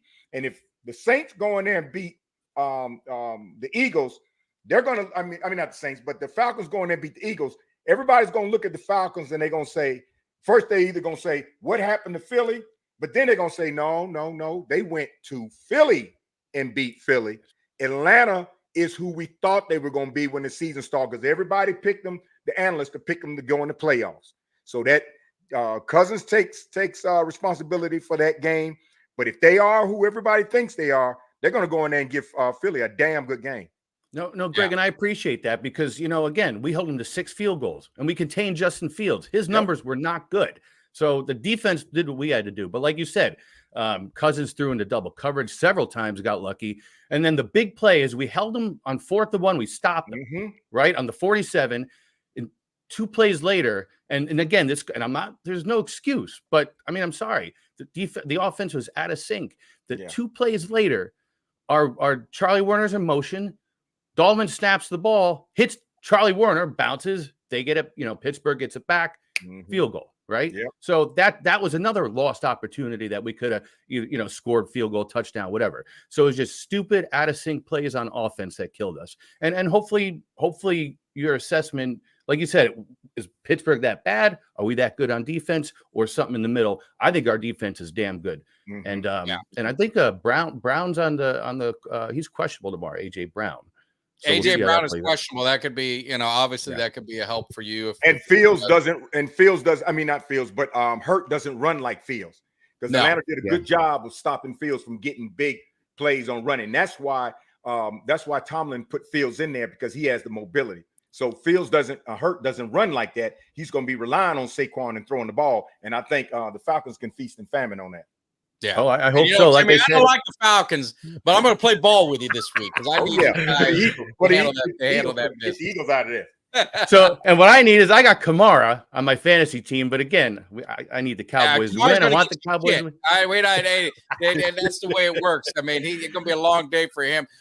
This is a great game for the Cowboys to really, because they didn't play Chubb, right? This is a game. Kamara's legit running back. I mean, he's still one of the top running back. This is an opportunity for this defense to say, hey, we could stop that. What we saw in the past, this ain't the same as Cowboys defense. We got some real linebackers. We got that defensive line. You're not going to run all over us. We got the sideline speed. So I'm hoping this will be a game to show everyone that our run defense is for real. So and as Greg alluded to earlier, I mean, Derek Carr, I think you guys feast on that all day long. Mm-hmm. My opinion. You know what I'm saying? Especially go ahead. Yeah, no, I'm saying. So that was a great point. I think you feast on that all day long. I mean, look, they played Carolina last week. Now again, they took care of their business. They did what they had. I would say too is the one question. There's Jimmy. The one question, the other big games that we were looking at is, what do you think of Green Bay without Jordan Love? Could this be a time where Green Bay is gonna rack up some losses, and that could hurt them in playoff seeding? Yeah, I mean, in my opinion, obviously that's huge. And where are they going? I think that they're poised to lose two or three of this next 4 games that they have. Now, kind of like the 49ers, CMC is out till at least mid-October. Mm-hmm. So what does that do to them? I mean, they took care of their business against New York the other night, but what does that do to them? That's 2 big injuries in the NFC, which obviously impacts both our teams.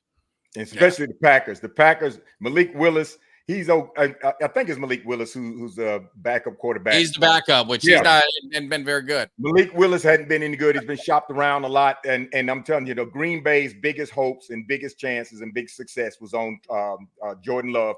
That's it for Green Bay. That's it. That is it. Unless he comes back, and they did like last year. They won 7 out of the last 8 games or 6 out of 11 last 7 games to light up the fire. That's it for Green Bay. And Detroit, I know, is probably happy. Minnesota's probably happy because that's going to help their chances. So they're done. Now, McCaffrey, you saw what Mason did when he came in and took over from McCaffrey. If Mason continues that way, then the 49ers really don't miss a step. But if the next team say, okay, Mason, we know who you are now. We see you. We know how to stop you. Then there's going to be some problems. They're going to have to light it up. They're going to throw the ball a lot more. So it's a good thing they did sign Brandon Ayuk, because now they would really be hurt. They'd be screwed. I mean, pardon my French, but they'd be screwed if that happened. And what was that, Bobby? Bobby, I tried to easy Bobby. Easy Bobby. I mean, come on. I mean, Jalen Hurts has been a turnover machine, so I don't even want to hear that crap. And like Greg alluded to, Justin Fields is mobile. We contained him last week. We're going to feast on that. I don't know what the over-under is, but I'm going to say the over-under is maybe 2 picks tomorrow night for us. Yeah, I mean, Hurts he's kind of become a turnover machine. I mean, I think he led the NFL in turnovers last year. He's leading after 1 week. I mean, the trend. I mean, at what point is it not a anomaly but a trend? And he's a turnover quarterback. That's what he is. He is. Exactly. It is what it is. You could cry about it, whatever, but he turns the ball over. And that's just the way it works. So you might not like it, but you better learn to love it, because I don't think it's going away. That's right. That's just in his DNA. And you're not playing in Brazil, and you're not playing on that dirty field, and you're not playing where a team is about to wait on their way to try to come back, and then the number 1 quarterback gets hurt. All 3 of those aspects are out of this game, and now you're playing back in the United States. You're playing Philadelphia, and Atlanta's got a good team. We didn't really see what we needed to see out of Atlanta that first game, and I bet you they correct the mistakes this time, and I'm hoping they do. Thank you. I'm hoping they don't keep it close. And you know what? I'll let it obviously get back to Cowboys talk, because I know that's what Sunday mornings are all about. But Greg, I can't wait to meet you next week. It's going to be a great time in the cave, in the tailgate, lot 10. We're going to take care of our business. Yes, sir. It's going to be a lot of fun. Jimmy will be a Cowboys fan for one day. He's going to be an honorary Cowboys fan. I'm going to bring a ceremonial shirt there. He's got the shirt there, so he's going to be representing. We're going to be good, that's the way it is. Now, that's just one day, because we're not going to be fans again of each other's team. But for one day, I'm a Falcon fan on Monday for Jimmy. I don't have a Falcon shirt. I can't wear it, but I'll wear a black. I'll figure out something to wear on Monday night in honor of the Falcons. I'll make sure my color matches the Falcons. Will figure it out. We're going to get this thing. It'll be a nice weekend. We're going to do you a favor. You do us a favor on Monday night. Again, the Cowboys Cave tailgate party. opportunity. Jimmy D is going to be there. Greg's going to be there. It's going to be a lot of fun. So all you got to do is show up in lot 10. We're taking donations if you want to give them. There's opportunity, Venmo, and all that kind of stuff. We put it out there. You can bring $5 or $10 when you're there to help cover the food costs and things like that. But if you don't, there's no reason. It's not a big deal if you don't. So we definitely appreciate it. And Jimmy D, last thing while you're on, make sure you guys check us out on Monday. Jimmy D and I, we're your lead-in. We're your lead-in to Monday Night Football. You have to watch any of that other garbage that's shown on NFL Network and ESPN, all the bias that you got to hear. You get the facts. You get Uncle Cheech. We're getting everything right.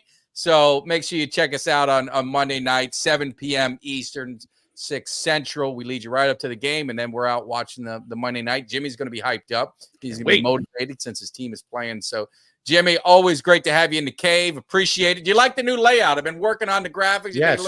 We're trying to get this looking a little professional. We had Greg here. I said, I got to step it up. If Greg's now part of the cave, I got to step up my game. You saw his cave and all the meticulous work that goes into it. I don't want him thinking he's coming on some, second-rate, podcast. I want to make sure he knows it's top-notch. It's beautiful. Well done. That is a beautiful cave. I love the Lombardi trophies in the background. And it took some years to find them, but I found them. Great. You're gonna try and get we're gonna get the Falcons one of them one day, huh, Greg? Can we help them out? Yeah. After we get ours first. and one last thing about the game for Atlanta. Let's say, and pray tell, nothing happens to Kirk, but let's say things don't look good kind of soon by the halftime, and if Atlanta decides to go with Penix, Philly's in trouble because Penix has the mobility. He's got that accurate passing. I'm telling you, Atlanta's poised. They're poised right now, so they just need to take advantage of it. And Greg, to your point, I remember during the draft, you called it. You said, I think that's a good pick. Yep. Because they were talking about, Penix going. I said, no, that is a damn good pick for Atlanta. So, I mean, in fairness, hopefully we don't have to have him play for a season or two. That's my hopes. That's why we signed Cousins, but who knows? I hope Cousins doesn't end up in Miami, but we'll see. Well, let's go Atlanta because I will be cheering for y'all loud and proud. And one hand washes the other this weekend. That's right. Well, we'll get it done. Jimmy, good seeing you, brother. Have a great Sunday. Enjoy football, and we'll be on live tomorrow night. All right, Jimmy. Take it easy. Have a great day. See you. Oh, there we go. Now we're all set. So cool, man. Well, that is it. And one last thing. We got all you guys in here, 556. We need you to get over to YouTube. Hit that subscribe. We're so close to 3,000. That's our next goal. We have a great giveaway. That's an opportunity for you guys to come be part of the Cowboys Cave family. Love it if it doesn't cost you nothing. Hit that subscribe. And more importantly, if you're hanging out in the cave, again, there's a bunch of you on all our platforms. Come over to YouTube. Hit that like button. Hit the like button. Go back to where you're watching. If you don't want to hang out on YouTube, I don't care. But hit that like button. It helps us out. It doesn't cost anything. And then lastly, it's been a great partnership with the Autograph app. It's co-founded by Tom Brady. They are a part of the Cowboys Cave. You see my hype videos are on there. It's an opportunity for you guys to interact and get all your great content from your favorite team. It doesn't cost you anything to do it. They reward your fandom with tickets, giveaways, jerseys.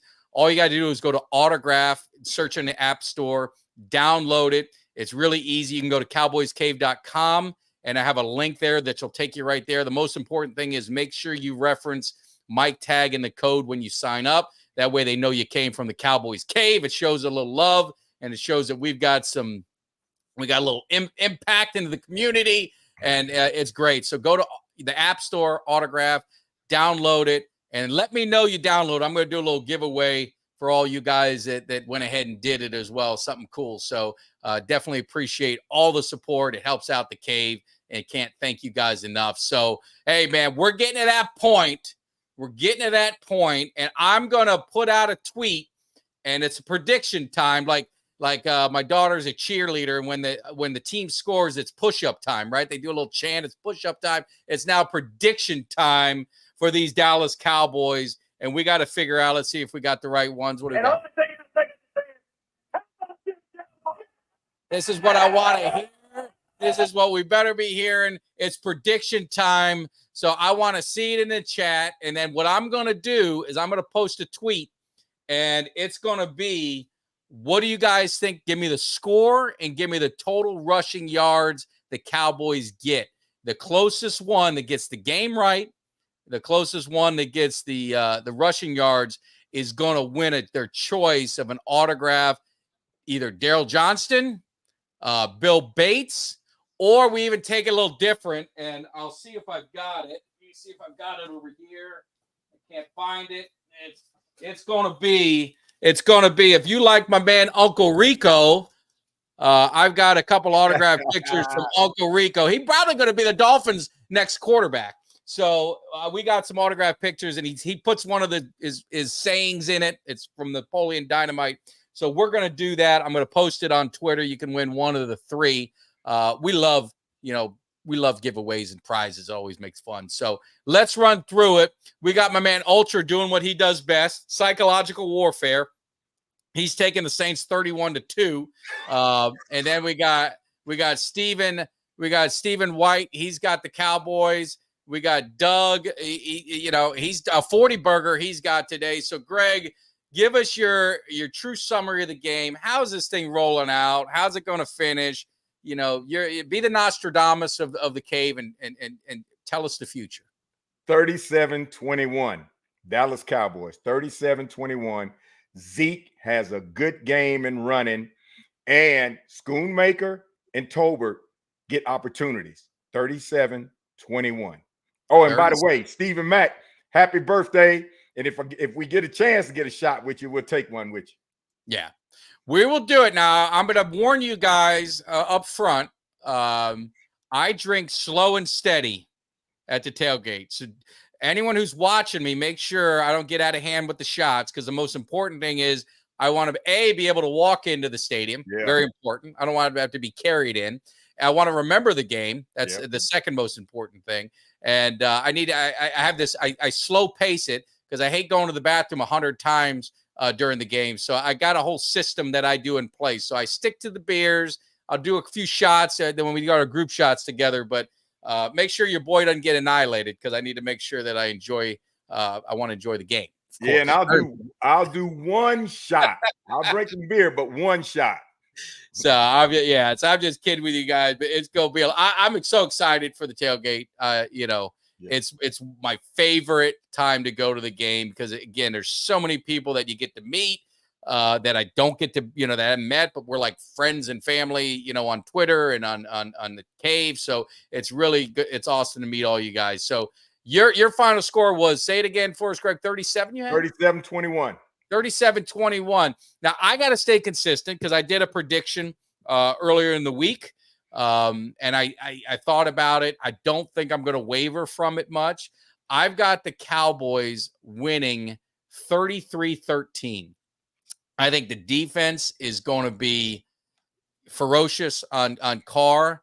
I think the offense is going to start out fast. I think they're going to get rolling. It's a home opener. If you look at historically, let's throw out the playoff game, because I know someone will say it after I say this.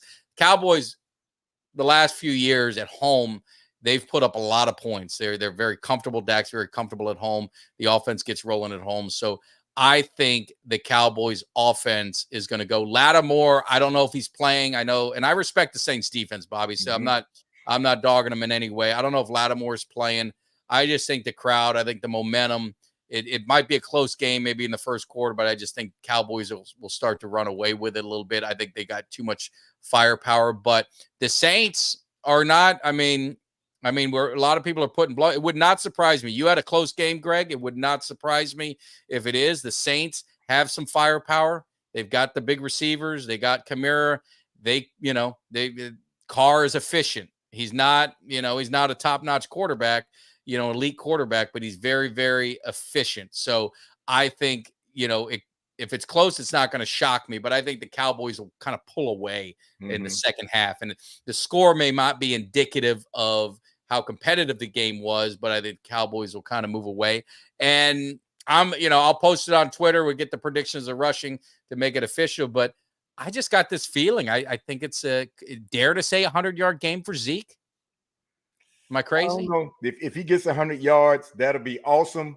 But I don't know. It's hard to gauge, because the New Orleans against the Panthers last week, I didn't watch the game, But when I would flicking back and I see they would run up the score, I said, man, it's the Panthers of last year. So I don't know what the Panthers defensive line was like, or if it was more that they exploited the cornerbacks and the safeties and got all those points. But Carr is the major factor for the Saints. Everybody else can play as well as they want. Carr is the major factor. And I just think Carr is going to give our defense a lot of opportunities to get picks. And that's what we need. That's definitely what we need. Yeah. No, and again, I think Carr is efficient. I'm not saying he's a trash quarterback. I mean, he can, he'll throw them pass interference, and he did it against us with the Raiders, and that won him the game, really. I mean, but I think the Cowboys at home, and the thing with Zeke, I'm a sentimentalist, and I always think things happen, and you look at some of the games where everything was right. Either a player made his home return, or he was overcoming like a death in the family, or just anything that happened, and the stage was set for them. And I look at Zeke, he was away, he's coming back, his first home game. There's got to be some juice running into those veins, the adrenaline, everything. You just wonder if this is kind of, you get them every now and then, you get that special game where the guy's like, you know what, I still got it. I know you guys, think I'm washed up, and you think I'm kind of beaten down. I'm 29 years old. Isn't that crazy? You think a running back is washed up old at 29. Blows my mind. But I mean, it is. These guys take a lot of hits, and he ran the ball a lot in college, and they ran him to the ground his first 4 years in Dallas. But I think he still can have it. So I think it could be one of those games to where you get Zeke will just have that magical moment and have a big game. So I'm expecting a big game from Zeke. And I think the Cowboys win early. I think that Cowboys pull away late, but I think they hold on to that lead and get it going. And and lastly with the prediction, what'd you think about the Overshown with 0, right? He wanted 0. Originally he was going to have 0. And because Rowdy has 0, double 0, he can't, Jerry said he can't have 0. Is that, Jerry, come on now. 0 is a popular number now. 0 is a popular number. It doesn't give any negativity towards it. I like it when somebody, and if Overshown got 0, that's even better, because his slogan could be, I zero in on your ass. That is a sexy number, 0, these days. So I don't see anything wrong. But Jerry's old school now. He's old school. So a lot of this new stuff that's coming up, Jerry ain't quite with it yet. He still wants to be old school. He doesn't retire numbers. And then if he did retire numbers, hell, we wouldn't have any popular numbers out there, because we got so many people that wore those great numbers that retired. So I think that was a good thing that Jerry came up with. But 0 is a popular number. Well, I'd say this. Jerry, the one thing he is a businessman. And the one thing he is a big marketer. So if Overshown continues to play at the level he's at, and he makes a Pro Bowl, All Pro, whatever it ends up being, don't go buy those 13 jerseys yet. I'm just going to tell you, because, Agent Zero, zeroing on your ad, whatever it is, there's a marketing angle if Overshown, is moves up to that status of that kind of top player and on the team, and Jerry will see an opportunity to make some money. So I think I wouldn't give up. Yeah. And I know he wore it at Texas. I wouldn't give up on him not getting it, because at the end of the day, Jerry's about the dollars. And if he sees an opportunity to make some dollars off his t-shirts and everything with 0, because it is a popular number. It's a popular number with the culture and the youth today. A lot of college kids wear 0. Overshown wore 0 at Texas. So I think, Ultra held off on that 13. I don't think I'd be going to buy a 13 just yet. I'd wait it out, because I think there's a possibility he can go to 0. Well, I tell you what, I wish I'd have waited out on Flournoy. I wouldn't got, because I got it custom made somewhere. Yeah, I got the blue and the white one, Flournoy 18. Oh, no. Yep. And then I find out he switched numbers to 80. Yes. Like, come on, man. Man.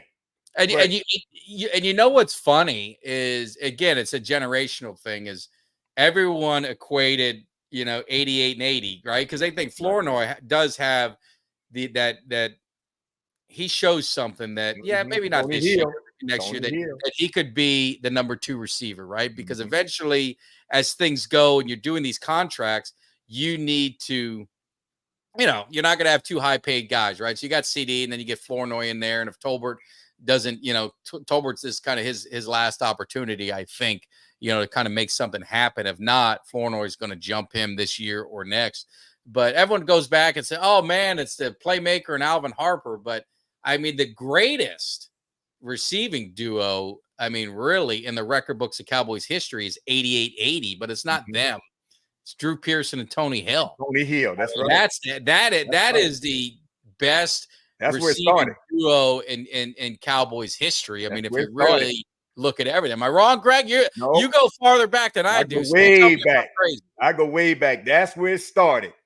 Thrill, Tony Hill, and Drew Pearson. That's where it started. 88 and 80. 88 and 80. Anytime those numbers come up, they're the first 2 people I see on the field. Even today, when I look at those numbers, first 2 people I see on the field. And 80, Alvin did some justice with 80, but not like Tony Hill. Make no mistake about it. He did, but not like Tony Hill. And still, to me, Drew Pearson is the best 88 ever. No, put it this way. Michael Irvin and Drew Pearson are the best 88. But Michael Irvin's the greatest in my book as an 88. That's just, but I'm biased. Right, he's a Miami guy, and he was at I watched Drew Pearson at the end of his career. I didn't watch him. I watched him all the way through. The way through. But you're splitting hairs, right? You're splitting hairs with that. And I did some segments, and I think maybe I always think out loud. I think Greg, you need to be part of it. And I did these segments where I did the top 5 players all time at certain positions. I did top 5 quarterback in Cowboy history, top 5 wide receivers. I did top 5 running backs. And then I did top 5 pass rushers. I didn't get to linebackers and others, but maybe some of that we need to revisit to get your expertise, because I'm going off film, I'm going off history, but I always trust the eyes. Like the eye test never fails me. The eye test when it comes to looking at some of the greatest. But I had Tony Hill and Drew Pearson as the in the top 5. Arguably. Yes. And I had Tony Hill. You could make strong arguments. Could be, now you got to add CD's Young and obviously some others, but Tony Hill's numbers and what he did, you could argue easy top 3 all time. So, but so it just shows the talent and the history that this Cowboy franchise has had. It's unbelievable. And those 2 numbers are iconic. So I'm debating whether I probably will go and get me 2 more Flournoy jerseys at 80. I just wish there was a place that actually sells the name tags and the numbers, and then I just get it switched out. So now I just got an 18 for nostalgic purposes for Flournoy. But if I'm gonna wear it, I want to have 80, because I was considering, when I go to the Pittsburgh game, I was considering taking Lamb and Flournoy's jerseys and then wearing them both.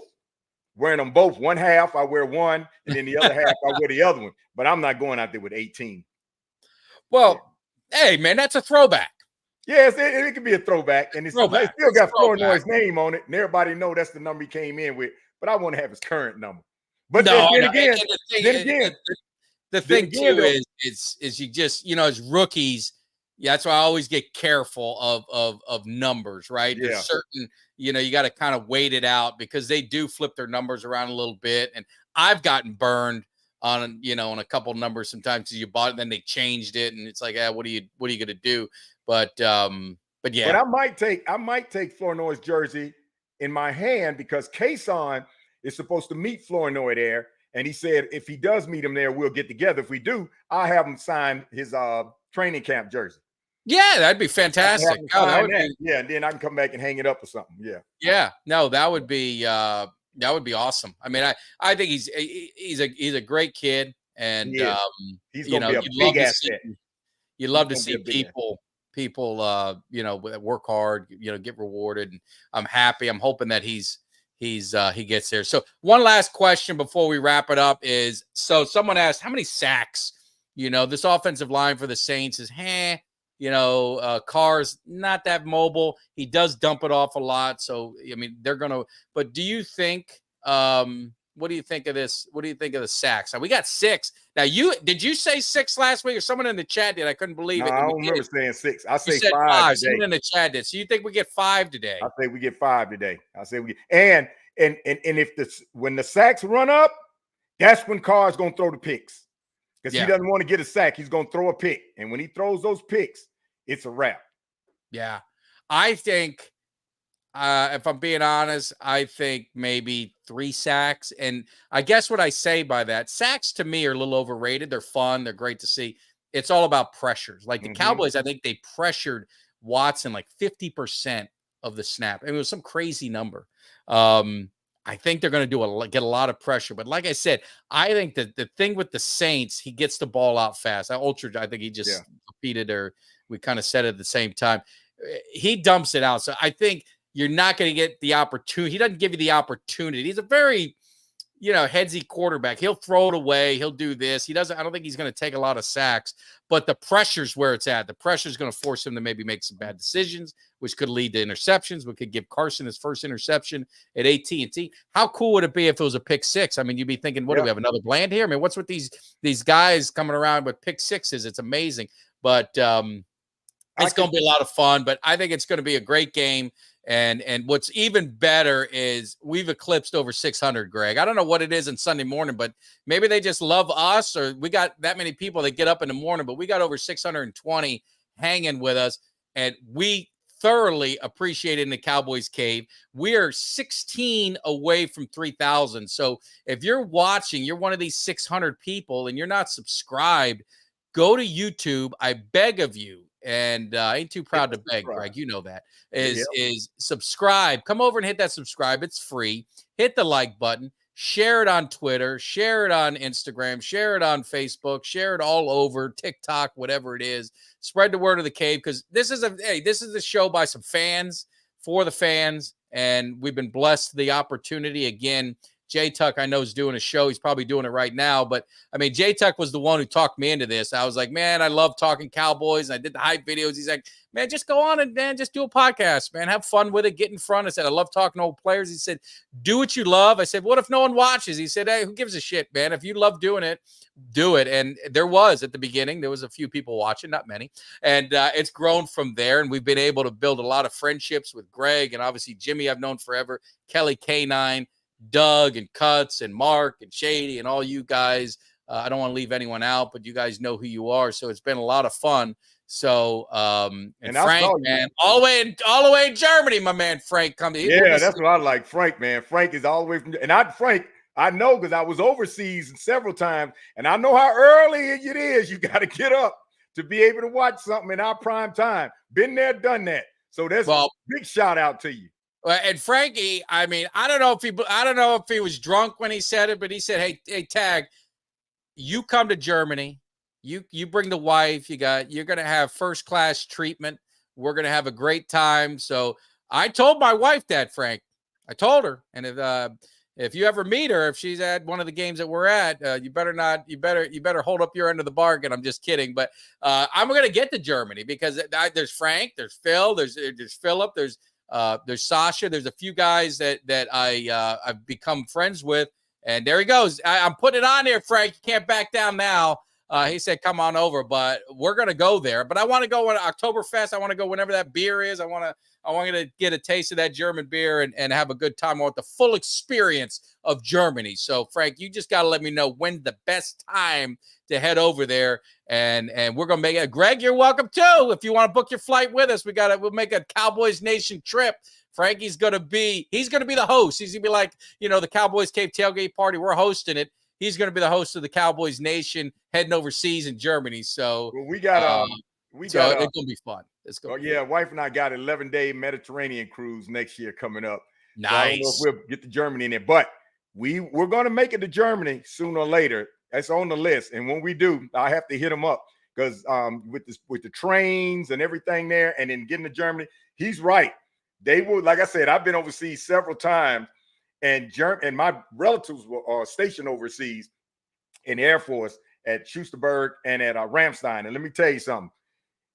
When you get to Germany, whoever lives there can show you Germany.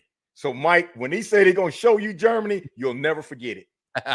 No, I am definitely looking forward to it. And yeah, Frank, we definitely appreciate it. Appreciate it, Chris. So we did our predictions.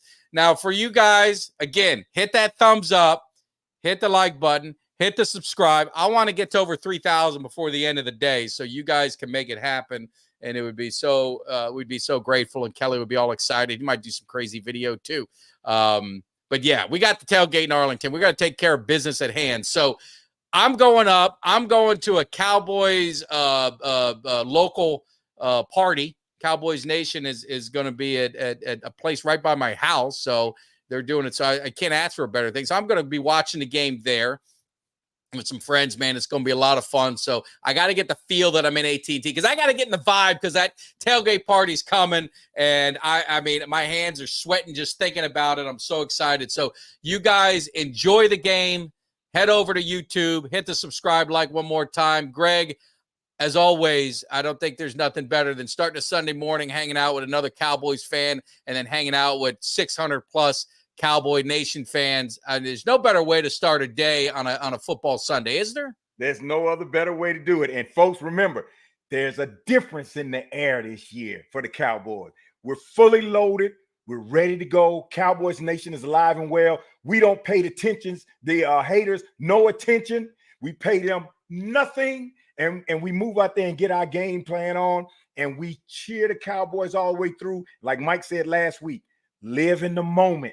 Enjoy the moment, because as it culminates up to where we want to get to, it's just going to explode. Cowboys Nation, hope you up. I want you to gear up, suit up, eat up, drink up. It's time for the Cowboys to bring it to the Saints. They're going to march in, and we're going to kick their ass out, and it's game 2 out of the way, and we're moving on.